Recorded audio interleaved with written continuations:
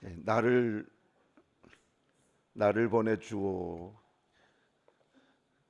이 말씀으로 인해서 수많은 선교사님들이 외국에 가셨죠.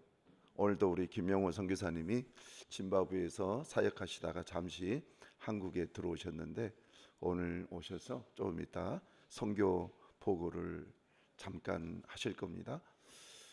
나를 보내소서. 그래서 저도 요즘에 외국에 자주 가잖아요. 그냥 놀러 간 것이 아니라 선교하러 그렇게 가고 있습니다. 그래서 오늘 우리는 가든지 보내든지 둘 중에 하나는 해야 됩니다. 그리고 또 만일에 우리가 못 가면 부지런히 지원하는 그런 것도 우리가 또 해야 될 줄로 믿습니다. 자, 우리 옆에 분하고 우리 인사합시다. 하나님께서 함께 하십니다. 시작.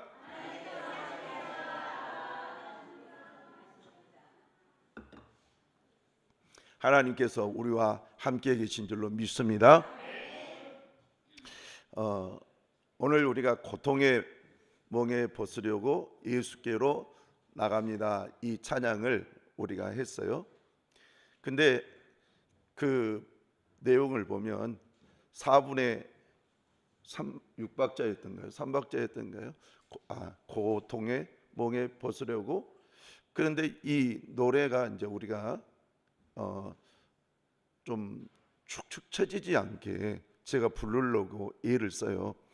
왜냐하면 예수께 나아가는데 우리가 쭉 처져가지고 그렇게 나아간 것보다는 조금은 은혜에 대한 확신을 가지고 담대함을 가지고 나가야 되니까, 그래서 일반적으로 보면은 보통 빠르기 이 정도 한다면은 거기에 딱 맞춰서 노래를 찬양을 해보려고 애를 써요. 왜냐하면 찬송가는 일반적으로 이 밝아요. 왜 밝으냐? 은혜가 확실히 기대되어지고 믿어지기 때문에.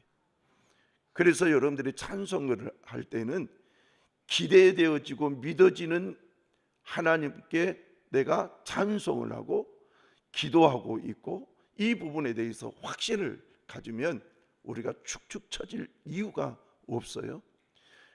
우리는 일반적으로 조금은 예수를 믿는 우리는 조금 하나님 앞에서 조금은 이런 부분이 있어요. 참 무대보다 이런 부분이 있어요. 하나님 은혜 주십시오. 나 같은 죄인이지만 하나님 은혜 주십시오. 그런데 그것을 조금 다른 말로 하면 좀 뻔뻔함, 이것도 있어요. 그렇지만 하나님은 하나님을 신뢰한다는 그것이 그렇게 좋으신 거예요. 그래서 저 사람의 인생이 조금은 부족했다 할지라도, 때로는 많이 부족했다 할지라도 하나님의 이름을 믿고 하나님을 의지하며 아버지, 하나님 아버지 내게 은혜 달라고 하면 하나님은 기꺼이 주시는 줄로 믿습니다. 오늘 성경에 우리는 맹인이라는 한 사람이 주인공으로 나옵니다. 이 맹인이 성경을 보니까 벳세다의 이름에 사람들이 맹인 한 사람을 데리고 예수께 나와 손대시기를 구하거늘 이렇게 말씀하고 있어요. 예수님이 벳세다라는 그곳에 갔는데 사람들이 맹인을 손잡고 와서 자, 예수님 이 사람 좀 고쳐주세요 그랬을 거 아니에요. 그럴 때 예수님께서 그 맹인을 벳세다라는 마을 안에서 치유한 것이 아니라 그 사람을 벳세다라는 그 마을 밖으로 손잡고 가시더라는 거예요.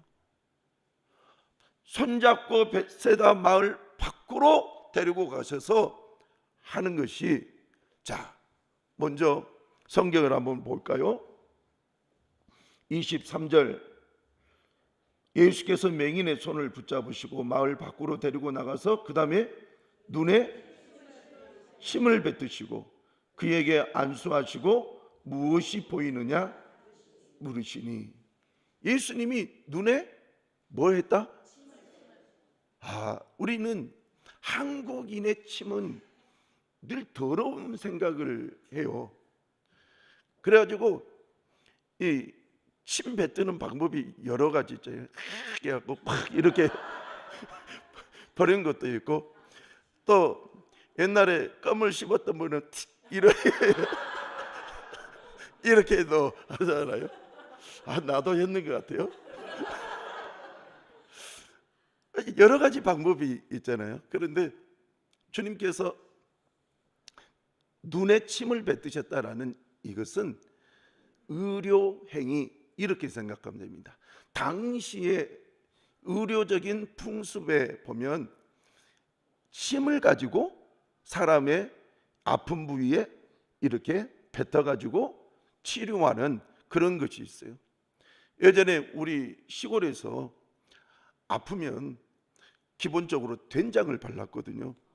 된장을 바르면 많이 좋아졌어요. 그런데 된장을 바르기 전에 우리 할머니가 꼭 했던 것이 있어요. 해가지고 이렇게. 그런데 신기한 것이 할머니 침은 약침이라고 좋아진 거예요. 그 신기하게 옛날에 할머니 손은 뭐 엄마 손은 약손이라고 이렇게 또 비비면 또 좋아지잖아요. 그것이 다 우리나라의 의료 행위적인 부분이잖아요. 우리가 과학적인 의료 행위 이것보다는 전해져 내려오는. 근데 당시에 이스라엘도 전해져 내려오고 실질적으로 침을 가지고 이 병든 자를 고치는 그런 일이 있었다는 거예요. 그래서 예수님께서 침을 뱉으셨다. 우리나라의 개념으로 뱉었다 이 개념이 아니에요. 의료 개념이에요. 그러면 예수님께서 그렇게 침을 뱉으시고 눈에 뱉으시고 그 다음에 뭐 하셨느냐? 안수하셨다. 그래서 안수하셨다. 그리고 나서 물어보는 거예요. 뭐가 보이느냐? 그랬더니 잘 보십시오. 24절 쳐다보며 이르되 시작.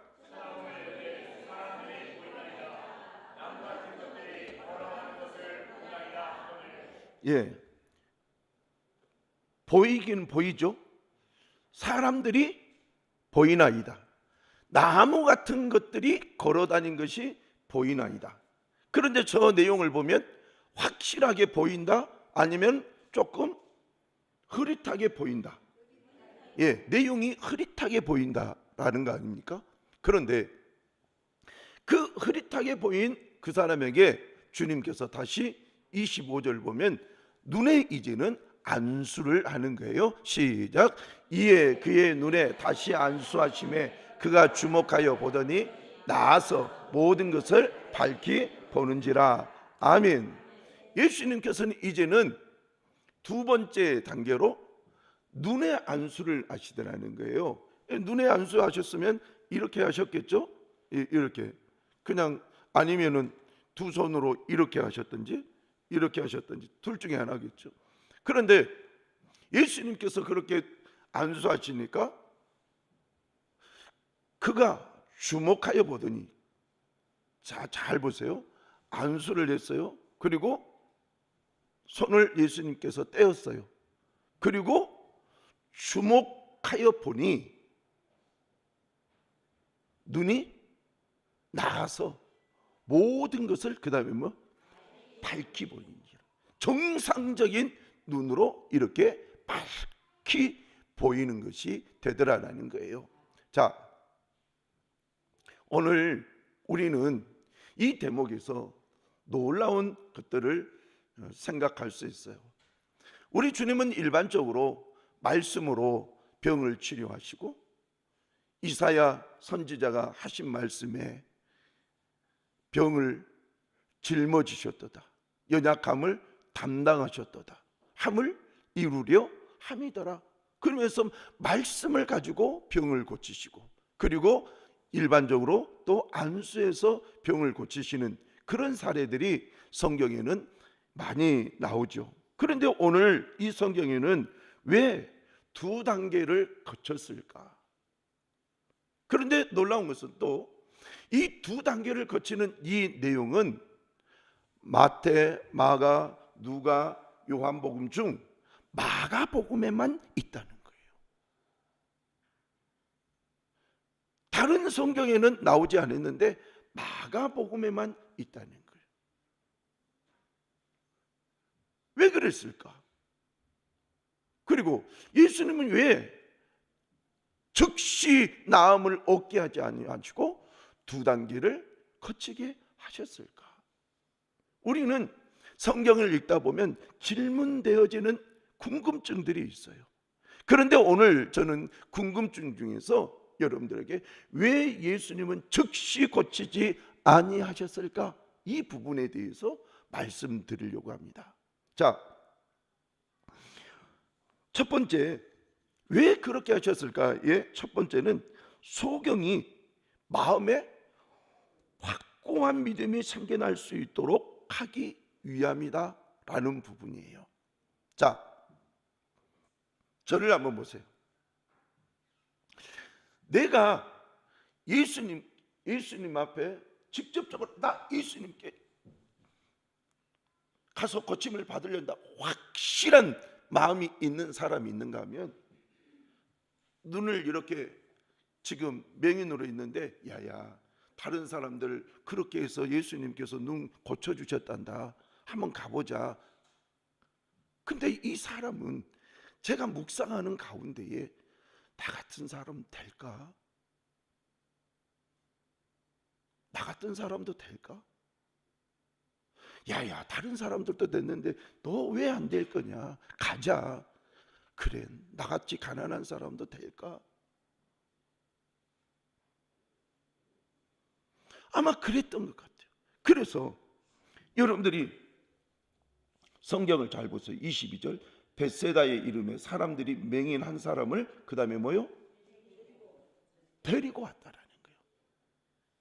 여러분 이 데리고라는 이 개념을 우리가 조금 생각해 보면 자원한 개념보다는 끌려오는 개념이에요.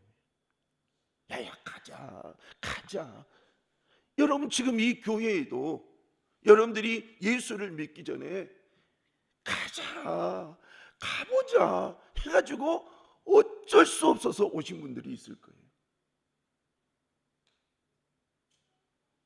그런데 저 지금 맹인이 그런 경우에 한 사람을 데리고 예수께서 나와 그 다음에 손대시기를 구하오니 옆 사람이 예수님 이 사람 좀 고쳐주세요. 아니 맹인이 왔으면 예수님 다른 사람도 고쳐주셨다면서요, 다 고쳐주세요 이러면 참 좋겠는데 지금 옆에 있는 사람이 예수님 이 사람에게 손대서 눈을 좀 뜨게 해주세요. 그래서 그랬는지 이 사람의 마음속에는 지금 예수님에 관한 확신이 필요했던 거예요. 확신이. 그래서 예수님이 먼저 침을 뱉으시고 그리고 손에 안수하시고 그리고 지금 뭐가 보이느냐 그랬더니 걸어다니는 사람들이 보이고 그리고 또 성경을 잘 보세요. 나무 같은 것들이 걸어 나무 같은 것들이 24절 나무 같은 것들이 걸어가는 것을 보나이다. 지금 확실하게 안 보이는 거예요. 그런데 여러분 저를 보십시오. 아예 안 보였던 사람이 뭔가 보인다 그러면 어떤 마음이 생길까요? 와 이분이 진짜 능력이 있네, 그 마음이 있는 거예요. 그 마음이. 우리 교회에도 한 다른 교회 권사님이 저의 치료 기도를 통해서 수술했던 이 관절을 3번이나 수술했는데 그것 때문에 평생 15분도 서 있을 수도 없는 상황인데 안수 기도를 통해서 이분이 완전히 나아버린 거예요. 안 봤으니까 아멘도 크게 안 나오죠. 완전히 나아버린. 그래가지고 최근 한 달 조금 전에 우리 교회에 또 왔어요. 그래서 왜 그러시냐 그랬더니 일본 선교를 가려고 하는데 이쪽 한쪽이 안 좋다. 예전에 목사님이 기도해 주셨을 때는 이쪽이 너무 아팠는데 이쪽만 기도해 주셨는데 이쪽이 좋아졌는데 이제 이쪽도 기도해 달라. 그러면 여러분, 그분은 믿음이 있어서 온 거예요, 없어서 온 거예요? 있어서 온 거예요. 그분이 바로 그런 게 있으니까 목사님 기도해 주세요. 그런데 올 때에 남편이 그분을 데려온 것이 아니라 그분 권사님인데 권사님이 남편 장로님까지 데리고 와가지고 나 기도 받아야 된다고. 그래가지고 이분이 왼쪽에 이 허벅지 이 엉덩이 있는 그쪽부터 저리고 힘들고 했는데 그분이 기도를 받고 바로 나았어요. 그래가지고 얼마나 좋아하는지, 목사님 나 이거 목사님 듣기 좋아서 좋아라고 하는 소리가 아니라 진짜 나았습니다. 그때 우리 두 딸들이 하필 저 뒤에서 증인자로 다 커피 마시고 있었거든요. 목사님 감사합니다. 여러분, 그거예요. 지금 사람들이 보이는데 나무 같은 것들이 걸어가고 안 보이는 가운데 이 정도만 보여도 살 수 있어요. 그런데 예수님은 이 정도 갖고는 안 된다는 거예요. 25절. 이에 그의 눈에 다시 안수하심.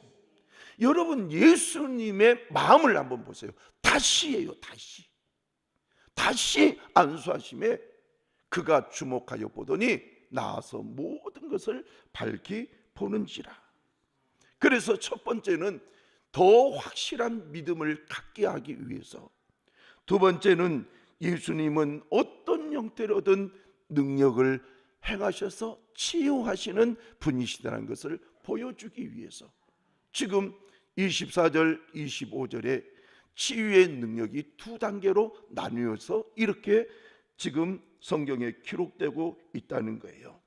자, 그러면 성경에서 오늘 맹인에 관한 내용이니까 성경에서 맹인에 관한 내용들은 크게 5번 정도가 아주 자세하게 나오는데, 마태복음 9장을 보면 예수님께서 그때는 두 맹인이 예수님을 따라오면서 다윗의 자손 예수여 우리를 불쌍히 여기셔서 내가 능히 이 일 할 줄을 믿느냐 대답하여되 주여 그러하여이다, 이 말이 있어요. 자, 29절 말씀 시작. 이에 예수께서 그들의 눈을 만지시며 이르시되 너희 믿음대로 되라 하시니. 자, 여기에서는 예수님이 눈을 만지셨죠. 눈을 만지셨다는 것은 이거 아니겠습니까? 그런데 너희 믿음대로 되라 이렇게 하셨어요. 이번에는 뭐가 보이냐 이렇게 하지 아니하시고 너희 믿음대로 되라. 그러니까 지금 우리 주님은 첫 마가복음에 있는 말씀과 마태복음에 있는 말씀에서는 지금 사람이 다른데 그 다른 사람들에게 다른 방법을 가지고 치유하시더라는 거예요. 그들의 눈을 만지시며 그리고 너희 믿음대로 되라. 이제 마태복음 20장에 보면은 여리고를 떠나서 이 큰 무리가 따라오는데 맹인 또 두 사람이 앉았다가 예수님 앞에 주여 우리를 불쌍히 여기소서 다윗의 자손이여 이렇게 얘기하죠. 그랬더니 예수님께서 머물러 서서 하신 말씀이 너희에게 무엇을 하여 주기를 원하느냐? 그랬더니 이들이 주여 우리 눈뜨기를 원합니다 이러더라는 거예요. 그래서 이제 눈뜨기를 원합니다라고 하는 이들의 믿음, 이들은 더 적극적이잖아요. 지금 이 마가복음에 있는 이 사람하고 달리 적극적으로 하는 그 믿음을 가졌어요. 그때에 예수님께서 시작. 예수께서 불쌍히 여기사 그들의 눈을 만지시니 곧 보게 되어 그들이 예수를 따르니라. 이때는 예수님이 그만 눈만 만지신 거예요. 야, 뭐 보이냐? 네 믿음대로 될지어다 이런 말도 안 하시고 이미 믿음이 있어요. 왜 믿음이 있는 줄 알았어요? 예수님을 다윗의 자손 예수여라는 이 말을 한 사람들이 없었어요. 다윗의 자손 예수, 이 말은 당신은 메시아라는 거예요. 우리를 능히 구원하실 메시아입니다. 이미 그의 마음에는 믿음이 충만해져 있는 거예요. 그래서 그 믿음 위에 손만 얹으니까 눈이 떠져 버린 거예요. 그래서 여러분, 이 내용을 보면 나의 믿음이 얼마나 중요한지 이해가 되죠. 나의 믿음이, 예수님의 능력도 중요하지만 나의 믿음이 얼마나 중요하는지. 자, 이제 마지막으로 마지막이 아니라 네 번째로 누가복음 18장에 보면 예수님께서 여리고 지역에 또 가셨을 때에 맹인한 사람이 크게 소리를 질러 하시는 말씀이, 나를 불쌍히 여기소서 다윗의 자손이요, 이러면서 예수께 나와요. 그때에 예수님께서 또 뭐라고 하느냐? 무엇 해주기를 원하느냐? 예, 주여 보기를 원합니다. 그랬어요. 그랬더니 예수께서 그에게 보라, 내 믿음이 너를 구원하였느니라. 보라, 내 믿음이 너를 구원하여. 네 믿음대로 될지어다, 이 개념이 아니라 보라, 네 믿음이 너를 구원하였느니라. 치료 방법이 이렇게 달라요. 그리고 요한복음 9장에 보면 여러분 실로암이라는 노래도 잘 아시잖아요. 그런데 실로암 물가에 가서 맹인한 사람을 고치는 그 내용이 나오는데, 이 사람은 태어날 때부터 맹인으로 태어났어요. 그런데 예수님께서 그를 치료하는 방법이 어떻게 되어 있냐면 5절, 6절, 7절 말씀 보면 이렇게 되어 있어요. 시작. 내가 세상에 있을 동안에는 세상에 이 말씀을 하시고 땅에 침을 뱉어 진흙을 이겨 그의 눈에 바르시고 이르시되 실로암 못에 가서 씻으라 하시니, 실로암은 번역하면 보냄을 받았다는 뜻이라. 이에 가서 씻고 밝은 눈으로 왔더라. 아멘. 예수님께서 침을 뱉어서 진흙에 침을 뱉어서 이어가지고 그것을 눈에 이렇게 바르셨다는 거예요. 그리고 어떻게? 실로암 못에 가서 씻으라는 거예요. 아니, 진흙 좀까지 발랐으면 진흙 떼면서 야 보이지? 이렇게 하면 또 얼마나 좋겠어요. 그런데 실로암 못가까지 가라는 거예요. 실로암 못가까지는 최소한 1km 정도는 걸린답니다. 그러니까 이 봉사가 안 그래도, 여러분 제가 저번에 얘기했잖아요. 안 그래도 안 보여. 그런데 침을 진흙에다 받아갖고 이겨가지고 눈에다 이렇게 했으니 더 안 보여. 아니 예수님, 이 무슨 일입니까? 더 안 보이게, 아예 빛도 안 들어오게 진흙으로 딱 이렇게 이겨서 발라버린 거예요. 그리고 실로암에 가서 씻으라는 거예요. 이 사람이 그대로 믿고 가서 씻었어요. 그랬더니 성경을 보니까 자, 씻고 밝은 눈으로 왔더라 그랬어요. 밝은 눈으로 왔더라. 그러면 왜 주님께서는 이렇게 다양한 방법으로 똑같은 눈을 뜨게 하는데 방법을 이렇게 달리하셨을까? 주님은요, 사람마다 똑같은 이렇게 방법으로 하는 것이 아니라 그 사람의 믿음, 그 사람의 마음가짐, 그 사람의 어떤 상황들, 이런 것들을 잘 아시는 거예요. 우리는 모르지만 주님은 아신 거예요. 그래서 그 사람에게 합당한 능력을 베푸신 거예요. 여러분, 저는 여러분들이 하나님, 저분은 저렇게 역사하시던데 왜 나는 이렇게 역사하셨습니까? 이렇게 하지 마세요. 저는요, 개척할 때에 제일 부러웠던 것이 새벽 예배를 이렇게 다 드리고 있으면 누군가가 봉투를 갖다가 강대상에 넣는데요. 근데 그 돈이 꽤 컸대요. 막 나도 주여 그렇게 하여 주시옵소서. 근데 하나님은 나에게 그런 체험은 하지 않겠어요. 한 번도 그런 체험은 하지 않겠어요. 그런데 딱 다른 체험을 했어요. 하나님, 나도 개척을 했는데 누군가가 정말 하나님의 그 신묘막측한 그러한 일들을 행하셔서 그 하나님 살아계심을 제가 또 체험할 수 있도록 도와주세요 했던 것이 저 피아노 아닙니까? 저 피아노는 우리 교인이 한 거 아니에요. 우리 교회에 3번 예배 드리러 온 그분이 어느 날 디지털 피아노로 이렇게 막 치는데 디지털 피아노의 위로 올라가면 올라갈수록 이 쇳소리가 나거든요. 그래서 우리 디지털 피아노가 좋기는 하지만 쇳소리가 나니까 하나님 앞에 기도해서 좋은 피아노 있게 합시다. 그렇게 크리스마스 날 제가 너무너무 그 피아노 반주를 아는 분이 막 너무 잘 쳐서 감동이 되어서 그렇게 했는데 그분이 딱 그 마음이 걸린 거예요. 그래가지고 저 피아노를 하나님 앞에 헌물하신 거 아니에요. 나는 생각지도 안 했어요. 왜냐? 다른 교인이니까. 여러분, 근데 저걸로 인해서 벌써 얼마나 많은 세월 동안 저 피아노와 함께 했는지 몰라요. 하나님께서는 다른 개척교회 목사님처럼 나에게 응답을 안 해주고 나의 환경에 맞는 거. 왜? 저는 음악을 좋아하거든요. 음악을 좋아하고 이 귀가 밝아서 띵 소리가 나면 와 이런 스타일이잖아요. 근데 하나님이 저 피아노를 주신 거예요.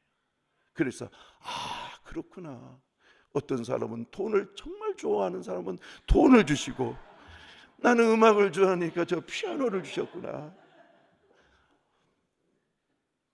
여러분, 하나님은 방법을 달리하세요. 그런데 방법을 달리하신 이 부분에 대해서 왜 달리하십니까? 라고 한다면 로마서 9장 20절 21절에 이런 말씀이 있어요. 토기장이의 예를 들은 거예요. 시작. 이 사람아, 내가 누구이에 감히 하나님께 반문하느냐? 지음을 받은 물건이 지은 자에게 어찌 나를 이같이 만들었느냐 말하겠느냐? 토기장이가 진흙 한 덩이로 하나는 귀 쓸 그릇을 하나는 천이 쓸 그릇을 만들 고난이 없느냐? 자, 토기장이 마음이라는 게, 토기장이는 토기에 있어서 창조자예요. 우리를 만드신 하나님께서 우리의 모든 형편처지를 아시고 우리의 형편처지와 맞는 방법대로 치료하시는 줄로 믿습니다. 우리는 그것을 잊지 마세요. 그리고 이 여러 가지 방법이라는 이것의 마지막 결론은 이것입니다. 예수님은 어느 방법을 택해서라도 반드시 좋은 결과를 만드신다. 다 같이 아멘. 어떤 방법을 통해서든지 주님은 선한 결과를 만들어 내신다는 거예요. 그래서 우리는 너무나도 잘 알고 있는 시편 23편 1절 2절 3절을 보면 여호와는 나의 목자시니 내게 부족함이 없으리로다. 그가 나를 푸른 풀밭에 누이시며 쉴 만한 물가로 인도하시는도다. 내 영혼을 소생시키시고 자기 이름을 위하여 의의 길로 인도하신다. 주님의 인도하심은 완전함인 줄로 믿습니다. 자, 그래서 이 완전함에 대해서 로마서 8장 28절은 뭐라고 얘기하는가? 시작. 우리가 알거니와 하나님을 사랑하는 자 곧 그의 뜻대로 부르심을 입은 자들에게는 모든 것이 합력하여 선을 이루느니라. 아멘. 모든 것이 합력하여 선을 이루느니라. 다 같이 아멘. 하나님은 그렇게 좋으신 분이요. 우리 사순절을 통하여서 우리 주님의 말씀을 생각해 보세요. 악한 자라도 자식에게 좋은 것을 줄 줄 알거든. 하물며 하늘에 계신 너희 아버지께서 구하는 자에게 좋은 것을 주시지 아니하시겠느냐. 저는 그 하나님의 말씀을 믿어요. 여러분, 우리 사순절을 예수님을 깊이 묵상합시다. 주님은 좋은 결과를 우리에게 주시는데 예수를 믿는 것이 최고의 좋은 결과예요. 예수를 믿고 성령을 받아서 성령대로 사는 것이 또한 최고의 선물인 줄로 믿습니다. 하나님께서 역사하셔서 반드시 여러분들에게 형편 처지에 맞게끔, 여러분의 성품과 환경에 맞게끔, 믿음에 맞게끔 역사하실 줄로 믿습니다. 기도하십시다. 하나님 감사합니다. 주께서 은혜 주셔서 이 귀한 말씀으로 우리 하나님 앞에 말씀을 듣고 아멘하게 하심을 감사합니다. 반드시 우리 주님은 나에게 최선의 방법으로 이끌어 주셔서 또 믿게 하셔서 정말 하나님이 기뻐하시는 일을 하게 하실 줄로 믿습니다. 예수님의 이름으로 기도하옵나이다. 아멘. 이 시간에는 우리